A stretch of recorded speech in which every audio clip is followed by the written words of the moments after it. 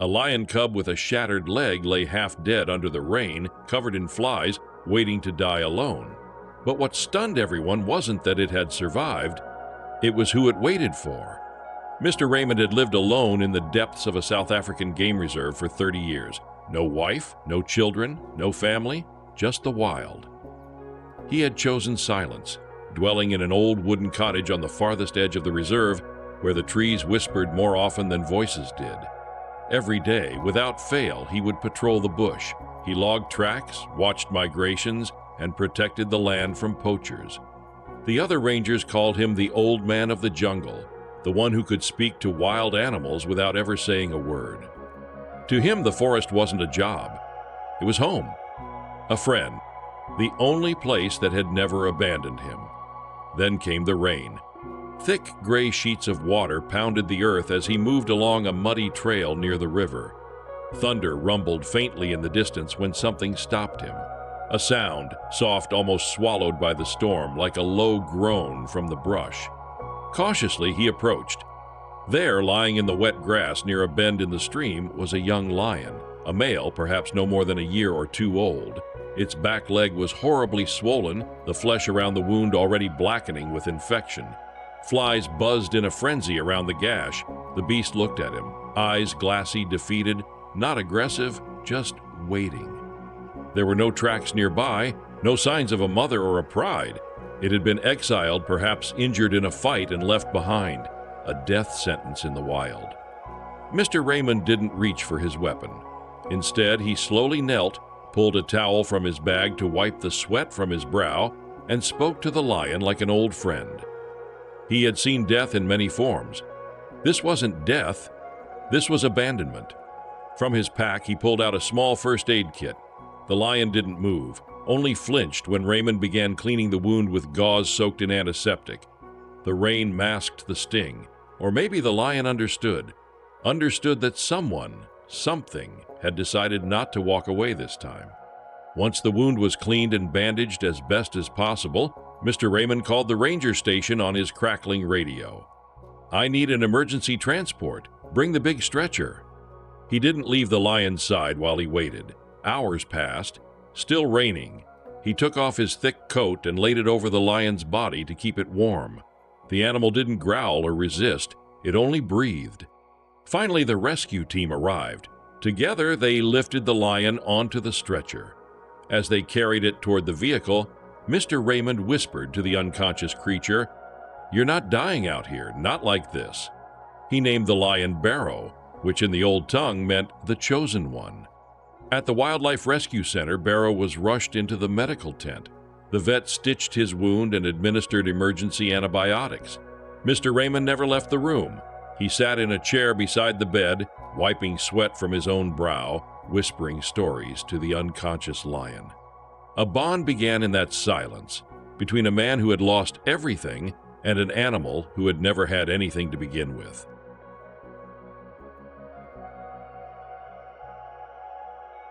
Two nights after the rescue, the old man disappeared, and the lion howled so violently, the entire reserve thought something had gone terribly wrong. They were right. Barrow survived the night. Thanks to the vet's quick work and Mr. Raymond's constant presence, the infection began to subside. The young lion was moved into a spacious rehabilitation enclosure, positioned deliberately close to the old wooden cottage at the edge of the reserve. Mr. Raymond insisted on it. "I want to keep an eye on him," he told the others. But the truth was deeper. He just couldn't let Barrow out of his sight. Every morning, rain or shine, Raymond brought food and medicine to Barrow's cage. He would sit on a folding chair outside the enclosure for hours, talking, not giving commands, not taming, just telling stories. He spoke about the time he nearly died from malaria in the jungle, about the eagle that used to follow him on his patrols, about the loneliness he carried in his bones, and the silence that had become his closest companion. At first, Barrow stayed curled in the corner, wary and withdrawn. He would eat, but only after Raymond had left. But as days passed, something changed. Slowly, the young lion began approaching. First a few steps, then closer, until one day it sat directly across from Raymond, separated only by the mesh wire. Its ears twitched at every word. Its eyes blinked slowly in sync with the old man's voice. It understood something no one else could. Raymond wasn't a trainer. He wasn't trying to turn Barrow into a pet. Their relationship had nothing to do with control. It was based on presence, on simply showing up every single day, even when nothing happened. And so they healed together. When it was cold, Raymond would drape a thick blanket over the back corner of the cage. When it was unbearably hot, he placed a shallow basin of cool water near the bars.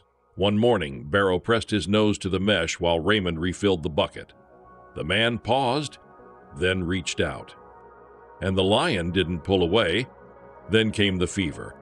For 2 days, Raymond didn't show up to the enclosure. No food, no voice, no chair placed in front of the gate. The station assumed he was resting. But that night, something terrifying happened. Barrow began to roar, not once, not twice, but all night. A deafening, desperate sound that echoed across the hills like thunder. Rangers came running from every corner of the reserve, thinking a predator had broken in or something was dying. What they found was the lion, standing in the far corner of the cage, eyes locked in the direction of Raymond's cottage, roaring until his throat bled. That was when the youngest ranger had a terrible thought. "Where's the old man?" They raced to his wooden home. Inside, they found him half-conscious, lying on his cot, burning with fever. He had caught something, likely from exposure or exhaustion. His body was shivering beneath the thin sheets, eyes sunken but still faintly aware. When they tried to move him to the clinic, he muttered, "Barrow, he's calling."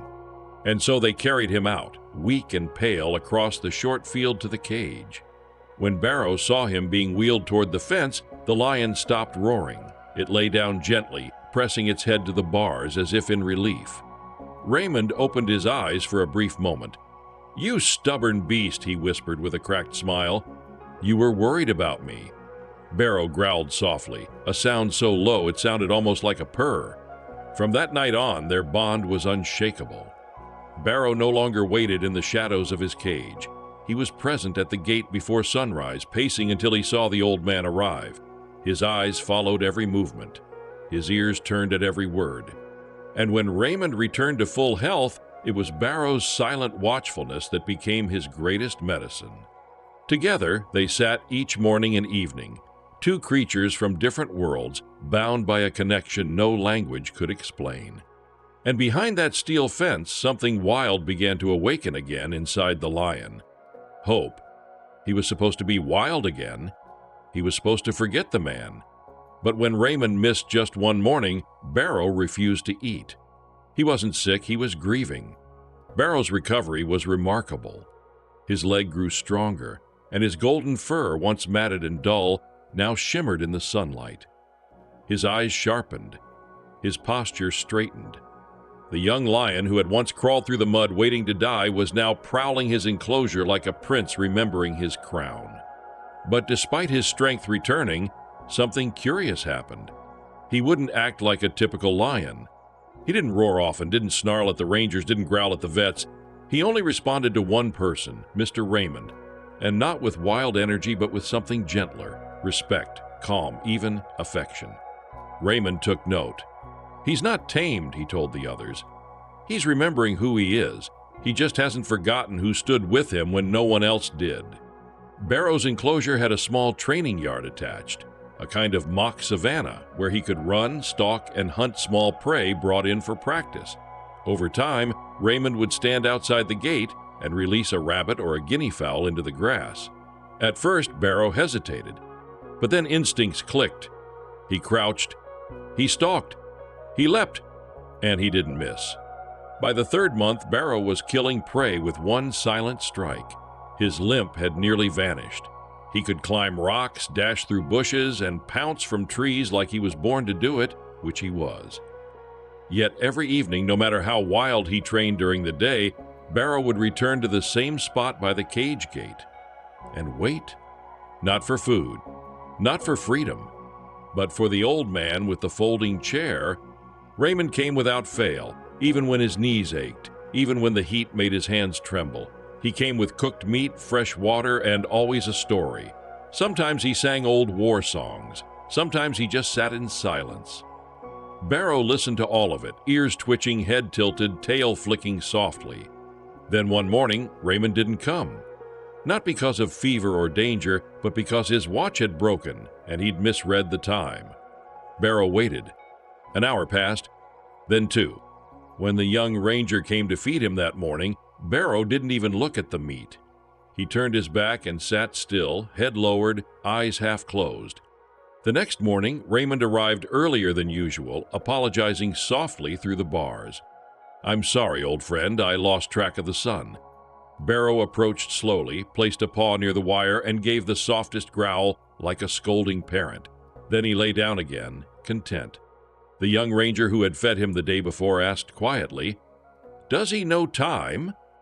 "No," Raymond said, "he just knows trust, and when that breaks, even for a moment, he feels it like a wound." Barrow's rehabilitation was nearly complete. By month 4, he was climbing, running, leaping, all with the fire of the wild in his blood. He reacted to sounds instantly. He could track scent trails in seconds. When birds took flight, his eyes followed like a sniper. The instinct was back. But something else was there, too. Something lions don't usually keep. Loyalty. The vet called it a miracle. The rangers called it unnatural. Raymond just called it friendship. They sat together one evening, a quiet sunset painting the savanna gold. Raymond reached through the bars and gently touched Barrow's mane. The lion closed his eyes, not in fear, but in peace. "You're ready," Raymond whispered, "but I'm not." Barrow flicked his ear as if understanding. The release was scheduled for the 5th month.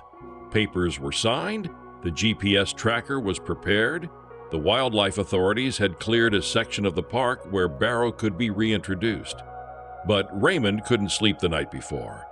He stood in the doorway of his wooden home, watching the stars, holding a tattered scarf in his hands, the same one he'd used to shield Barrow during that first storm. Was it right to let him go? Or wrong to keep him? In the wild, lions forget, but Raymond hoped this one never would. He stood at the open gate, free to run, free to disappear forever. But before Barrow took his first step into the wild, he did something no one could explain. He turned back and looked straight into Raymond's soul. The morning of Barrow's release was silent. No bird sang. No wind stirred the dry grass. The rangers stood in a semicircle around the open training yard as the final preparations were made. The gate at the far end of the enclosure had been removed. The collar with a GPS tracker had been fixed loosely around Barrow's neck. The old man stood nearby, quiet, hands in his pockets, his weathered scarf wrapped around his throat. Barrow was ready. His muscles were lean, his legs strong, his coat shining in the sun. The months of pain, of healing, of waiting had built something inside him. Not just survival, but identity. He was not a broken creature anymore. He was a lion. The cage gate opened with a groaning creak. Everyone held their breath. Barrow didn't bolt, he didn't roar, he didn't sprint into the trees like others might. He walked slowly, deliberately past the threshold, his paws touching the grass of freedom for the first time in over half a year. And then he stopped, right at the edge of the trees where the wilderness truly began. He turned his head, looking over his shoulder, right at Raymond. The two stared at each other. No sound, no movement, just a look that shook even the hardest men watching. Raymond didn't speak. He just gave a small nod, a gesture heavy with meaning. "You're free now," it said, "but remember who stayed." Barrow blinked once, then disappeared into the forest. The jungle swallowed him in seconds. He was gone. Raymond stood there longer than anyone else. While the others packed up their gear or returned to their duties, the old man stayed near the open gate, eyes fixed on the spot where Barrow had vanished. His fingers clutched the old scarf at his neck like it anchored him to something invisible. That night, Raymond didn't light a fire. He sat outside his wooden home, the stars bright and the breeze cold, staring into the trees as if hoping to hear something. But nothing came. A week passed, then 2. The tracker showed movement. Barrow had established a small territory along the riverbanks about 7 kilometers away. He was hunting well, small antelope, birds, even porcupines. No signs of limping, no signs of conflict. Raymond would sometimes walk to the edge of the forest just to look toward the tracker's location. He never went closer. He never called. "He's not mine to keep," he told the young ranger who often visited, "but he's mine to remember." Then 3 months later, just as the summer heat began to return, something extraordinary happened. One morning, just before sunrise, a ranger sprinted into the station out of breath. Barrow's at the front gate. Everyone thought it was a mistake. Lions don't come back. Not like that. But it was true. Barrow was there. He didn't try to enter, didn't roar. He simply sat on the dirt road facing the ranger station, watching Raymond's cottage from behind the outer fence. Raymond was still asleep when the knock came on his door. He opened it and froze. Across the field, through the mist, sat the unmistakable golden shape of Barrow, head raised, tail flicking slowly, ears forward. Raymond didn't run. He didn't cry. He only stepped out onto his porch and said in the softest voice, "Barrow." The lion growled gently, so low it sounded like a memory, and lay down, eyes never leaving the man who had saved him. He stayed there until noon. Didn't move, didn't approach, just watched. Then, just as quietly as he had arrived, Barrow stood, turned, and walked back into the forest. Everyone was speechless. Raymond said nothing, just went inside and sat down with a blank sheet of paper. He stared at it for hours but never wrote a word. Because some stories aren't told with ink. They're told with waiting. Over the next year, it became a ritual. Every few months, always during early morning light, Barrow would return. He never roared. He never crossed the gate. He simply sat, waited, and watched. And each time, Raymond would step out onto the porch, scarf around his neck, and meet the lion's gaze.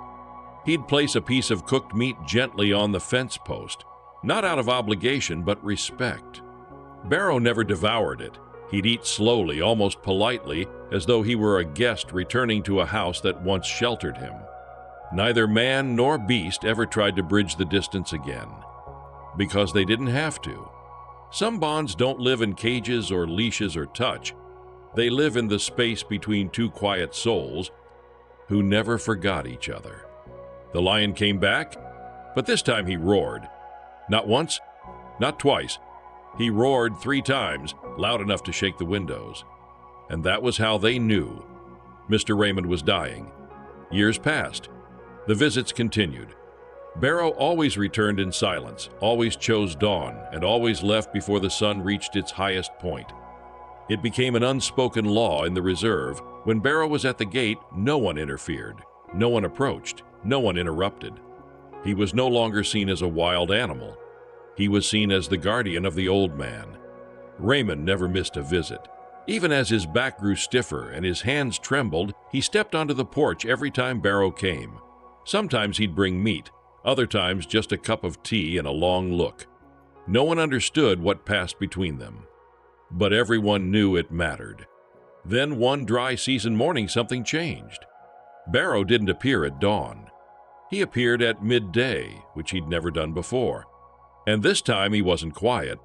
His roar shattered the silence of the reserve, loud, deep, and anguished, like something ancient was being torn from the earth. He roared once, then again, and then a third time. Everyone froze. Rangers looked at each other, unsure of what to do. Some reached for weapons instinctively. Others whispered, "Is something wrong?" That's when a young ranger sprinted from the station toward Raymond's wooden house. He burst through the front door and gasped. Raymond was lying on his bed, eyes half closed, breathing slow and shallow. His skin had turned pale. His scarf lay neatly folded on the side table. His body barely moved. Only his chest rose and fell weakly as though each breath was a mountain. "Call the medics!" the young ranger shouted. "Now!" Within minutes, a stretcher arrived. They gently lifted the old man, careful not to shake him. He didn't resist, didn't speak, just opened his eyes halfway and whispered something too soft to hear. They didn't take him to the clinic. They took him to Barrow. The lion was still waiting at the gate, pacing back and forth, his growls low and constant. When the stretcher appeared, he froze. The rangers brought Raymond to a grassy patch beside the outer fence. where Barrow had always waited. They lowered the stretcher and propped him up slightly so he could see. Barrow stepped forward. He didn't roar, he didn't charge. He placed his front paws gently on the metal bars, raised his massive head, and leaned in as if trying to breathe the same air. Raymond opened his eyes, tears forming. "Barrow," he murmured, voice cracked, barely more than a whisper. The lion growled softly, low and smooth, a sound no one had ever heard before. Then he bowed his head and rubbed his forehead against the fence slats, claws retracted, eyes closed. The rangers stood in absolute silence. Raymond reached out. His old, trembling hand found the space between the bars and touched Barrow's paw. There, under the golden sun, between iron and skin, a final goodbye passed between them. Raymond's lips moved again. "You lived well, just as I hoped you would." Barrow pressed closer, as if willing the fence to vanish. And then, in the stillness of that sacred moment, Mr. Raymond took his last breath. No struggle, no sound, just peace. His hand still rested against the lion's paw, unmoving. Barrow didn't flinch. He remained exactly where he was, head pressed to the metal, eyes watching, waiting. For an hour, he didn't move, not even when the wind picked up and blew dust across the clearing, not even when the sun dipped lower in the sky. He stayed. They buried Raymond that same afternoon, not in the ranger cemetery, but on a quiet patch of grass beside the little stream where he'd first found Barrow all those years ago. A simple wooden marker was placed over the grave, carved by hand. Mr. Raymond, keeper of the old forest, friend of the lion. Barrow didn't come to the gate this time. He came to the grave, and when he lay down beside it, something terrifying happened. He stopped eating. The days after Mr. Raymond's death were strange. The station was quieter than usual. Nobody spoke much, not even the younger rangers who were usually full of energy and stories. Something sacred had left the air, like the trees themselves had paused in mourning. Raymond's grave sat beneath a crooked yellowwood tree beside the creek, just meters from where Barrow had been rescued years ago. A simple mound of earth, no cement, no fence, just a carved wooden plaque and a stone with his hat resting on top. The first week, Barrow didn't return. The second week either. But on the 17th morning, just before sunrise, a lookout ranger saw movement in the tall grass. It was Barrow. He didn't go to the station gates. He didn't look toward the cottage. He walked slowly, deliberately to the field behind the stream and found the grave. He stood before it for several minutes, head lowered, shoulders hunched, not like a lion ready to pounce, but like a creature that had been searching and finally knew he was too late. Then he lay down, not just to rest, to stay. The rangers kept their distance, watching from behind trees and binoculars. No one approached, no one dared. It was clear what was happening. Barrow wasn't just visiting. He was grieving. For 3 hours he lay beside the grave without moving. His tail didn't flick, his ears barely twitched. He stared straight ahead, occasionally looking at the wooden marker. When the sun climbed higher, he rose, sniffed the stone, touched it lightly with his nose, then walked back into the forest. But that was only the beginning. From that day forward, Barrow returned to the grave regularly, sometimes twice a month, sometimes once every few weeks. He never came when people were nearby. He waited for solitude, for silence. Then he appeared. The strangest thing, however, was what the rangers noticed after one of his visits. He hadn't eaten. Tracks near the carcasses of prey showed he had approached, circled, and left. It was like he had no appetite, like the weight of what he'd lost was heavier than the need to feed. One of the rangers said what everyone was thinking, but no one dared voice aloud. Barrow's heart is breaking. For weeks, his GPS tracker showed he was moving slower, resting more often, avoiding other lions. He'd become solitary, even by lion standards. His eyes, once fierce, looked distant in the rare footage captured by trail cameras. But he always returned to the same place, to the same man. And each time, he lay beside the grave as if guarding something invisible. Not the bones, not the soil, but the bond. The unbreakable, untamed, wordless bond between a dying man and the beast he once refused to abandon. That grave became sacred. Grass never grew quite right on it. Birds didn't perch on the marker. Even the wind seemed to whisper differently through that patch of earth. The other rangers in time built a small bench nearby. They never sat on it. It was for Barrow, a place to watch, to wait. And he did. The lion who had once needed saving was now the one standing vigil. No one saw him for months. Then one twilight evening, a golden shape appeared in the grass, but this time Barrow didn't stop at the grave. He laid down and closed his eyes, as if he too had come home to die. The years moved on. The forest changed, as forests do. Trees fell, rivers shifted, new cubs were born into roaring prides. But in one quiet corner of the reserve, nothing changed. Raymond's grave remained untouched, and Barrow kept returning. Not on schedule, not with rhythm, but always with purpose. When the skies turned gray, or when the stars were especially clear, the rangers would glance toward the distant field beyond the stream, and sometimes they'd see him, the lion with the storm-colored eyes, the guardian of the man who saved him. He would lie beside the grave, sometimes for hours, motionless, peaceful. Sometimes his nose would twitch at the wind. Other times he'd sit upright, watching the house across the field where Raymond had once stood with a hand on his scarf. Visitors came and went from the reserve. Some asked about the old grave under the yellowwood tree. Others heard the story and thought it was myth. No one believed the ending until they saw it. Because one evening, something happened that would be etched in every ranger's memory for the rest of their lives. It was during a long drought. The trees had turned to brittle bones. Dust clung to the wind like sorrow. And then, just as twilight fell, the lookout tower radioed the station. "He's here, but something's wrong." Barrow had returned. But this time, he didn't approach slowly. He staggered. His movements were weak, labored, not with injury, but with age. Barrow was no longer the young Prince Raymond had once nursed back to life. He was old now. His mane was streaked with gray. His shoulders drooped. His frame, once mighty, had grown thin. Still, he crossed the field. Still, he found the grave. But instead of lying beside it like before, he lay on it, directly atop the mound. He rested his head against the wooden marker and closed his eyes. Rangers gathered at a distance. Not close, not to interfere, just enough to bear witness. They didn't bring tranquilizers, didn't call for backup. They knew what this was. This was a lion coming to keep a promise. The promise he had made the moment Raymond touched his paw through the fence. To never forget. To always return. And now perhaps to stay. The next morning, Barrow was still there. But he no longer moved. His chest no longer rose. The golden lion who had been cast out by his own pride, who had been found wounded beneath the rain, who had guarded the old man's soul for years.